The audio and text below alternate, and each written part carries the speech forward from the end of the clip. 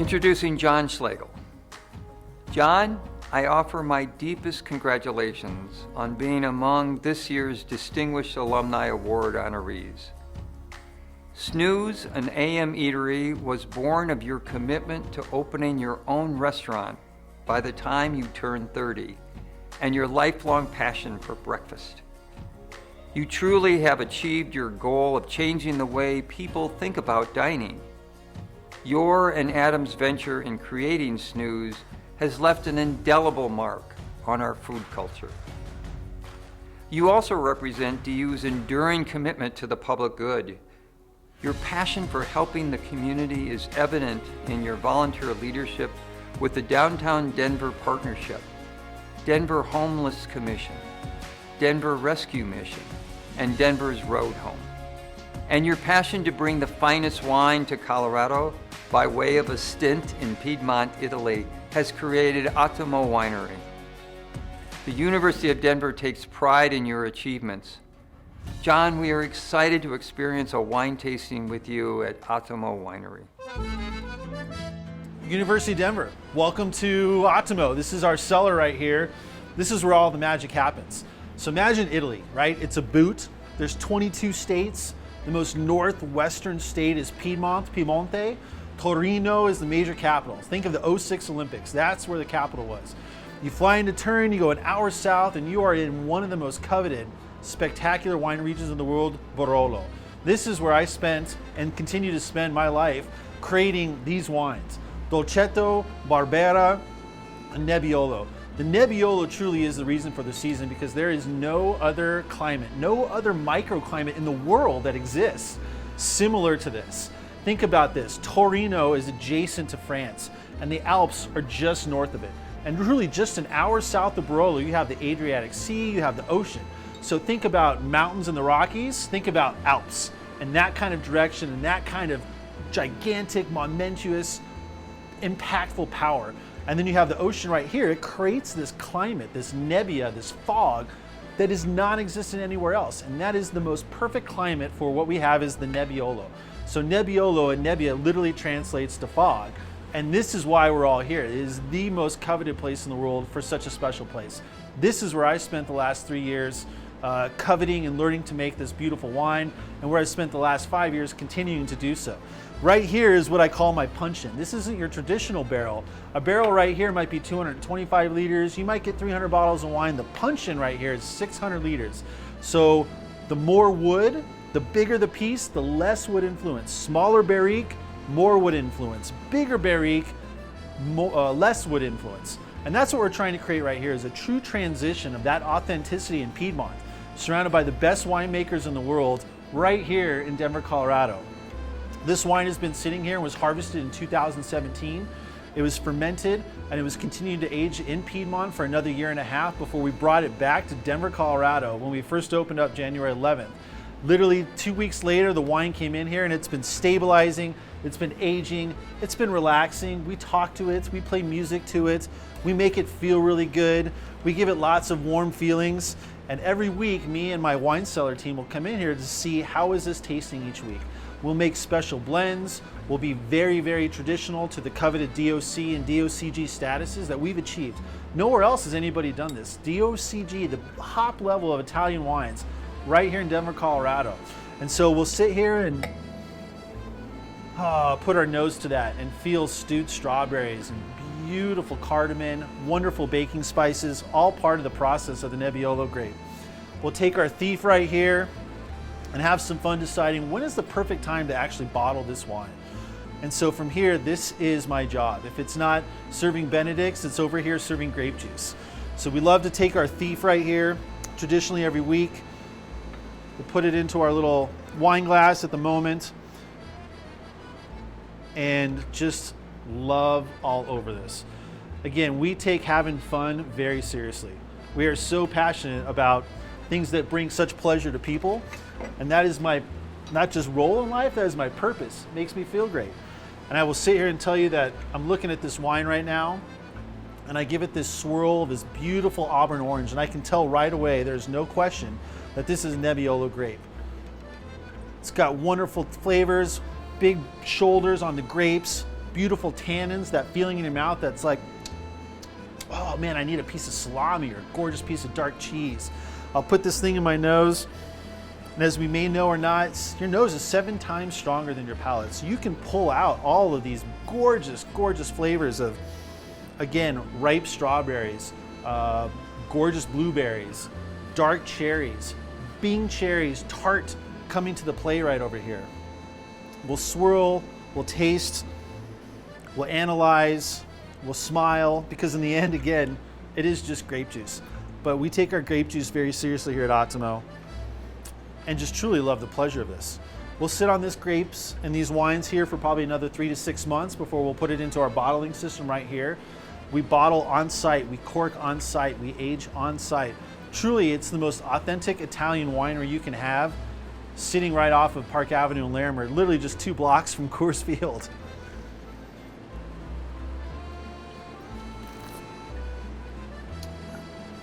Mention the Pioneer name and I promise you, you'll get a cellar tour equal to all of this. At University of Denver, you taught me all of this. You taught me how to work hard. You still taught me that everything's possible. You taught me that I don't need to just be at the University of Denver for 4 years and I'm done. You taught me that I'm still part of that community. Even now at 45 and 20 years later and 30 years later, you're stuck with me, Pioneers. Remember that. So at University of Denver, again, I applaud you on alumni weekends, and I really welcome you to my cellar, to our winery. Again, in the end, sometimes I realize it might just be a box, but hospitality is our North Star. And food and wine is what makes me feel great. It fills my bucket. So if there's ever a time where we can embrace you, celebrate you, cherish this wonderful achievement that we've all come through in life, every moment matters. Un attimo is all it takes, just one moment, and we can make a difference in this world. I hope that your attimo right now is the most pleasurable part of your day. I hope you've enjoyed this tour, and remember that we're really just getting started. Life is still full of wonderful moments. We can't wait to continue them with you. Cheers and congratulations. Auguri. Ciao, ciao. Jon, thank you so much for having us at Attimo.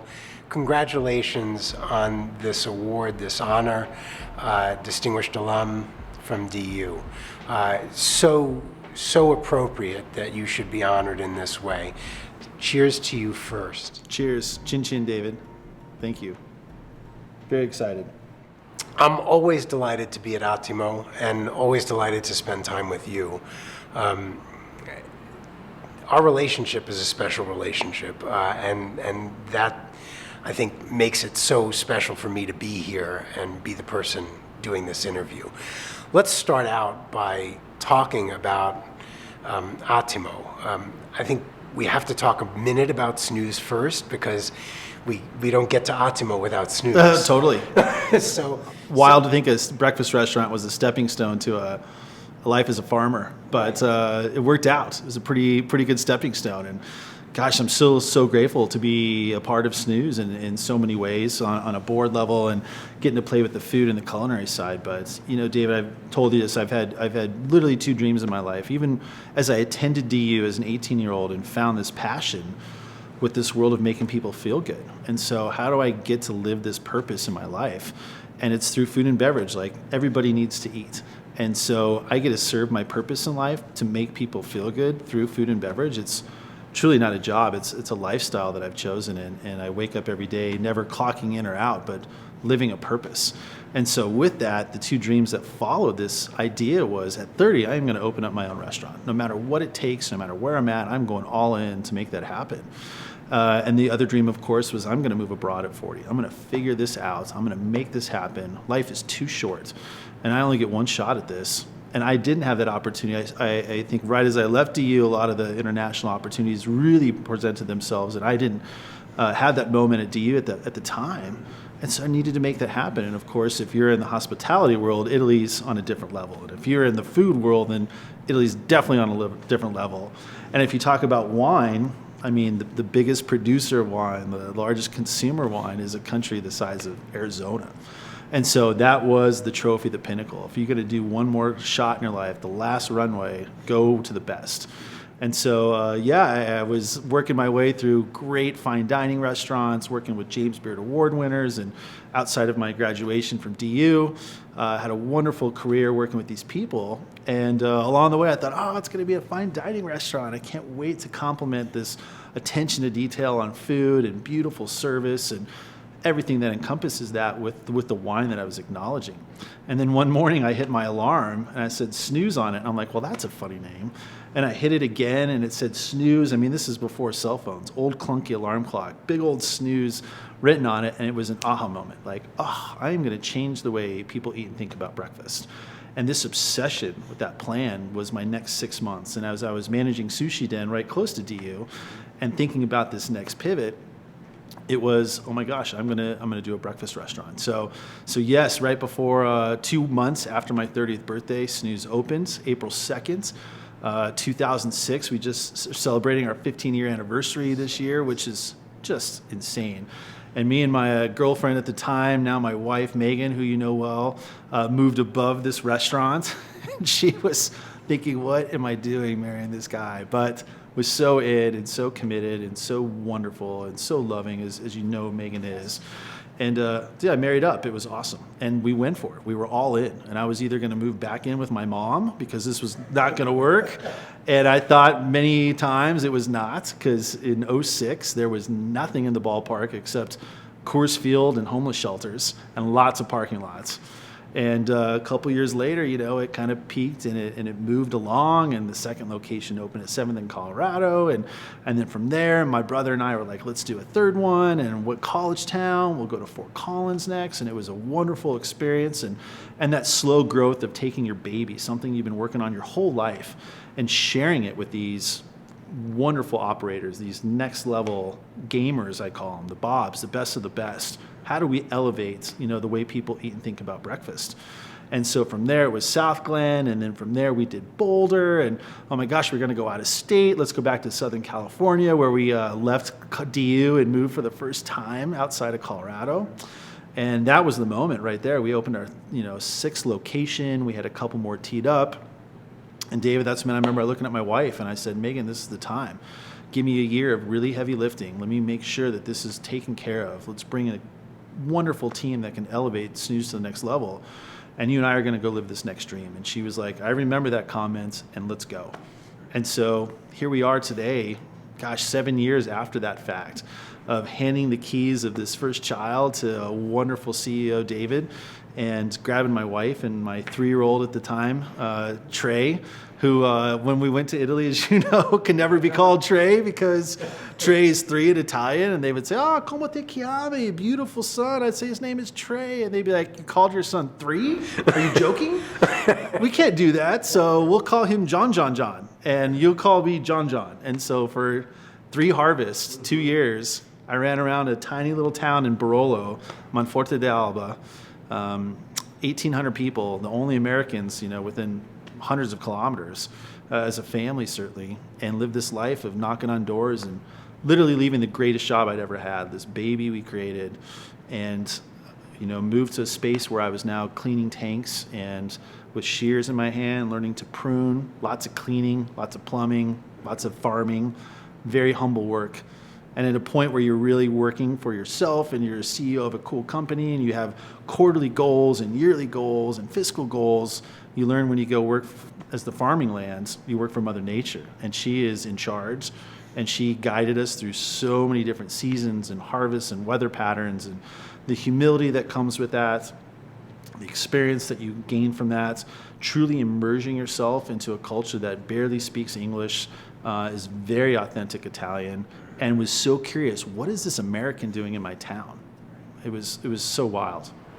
Yeah, it's such a small place, and really causes you, as you move through Monforte, to pause, right?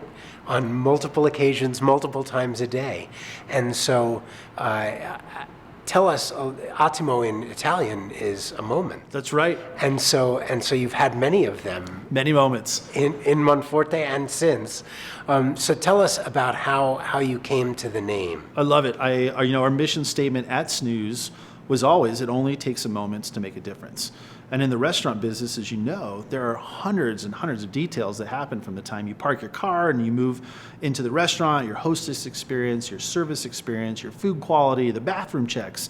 All of those are influential to a positive or negative experience. And in just a moment, you can change it. And so my thought was, what's the 2.0 version of that? That's a strong comment. How do you evolve that?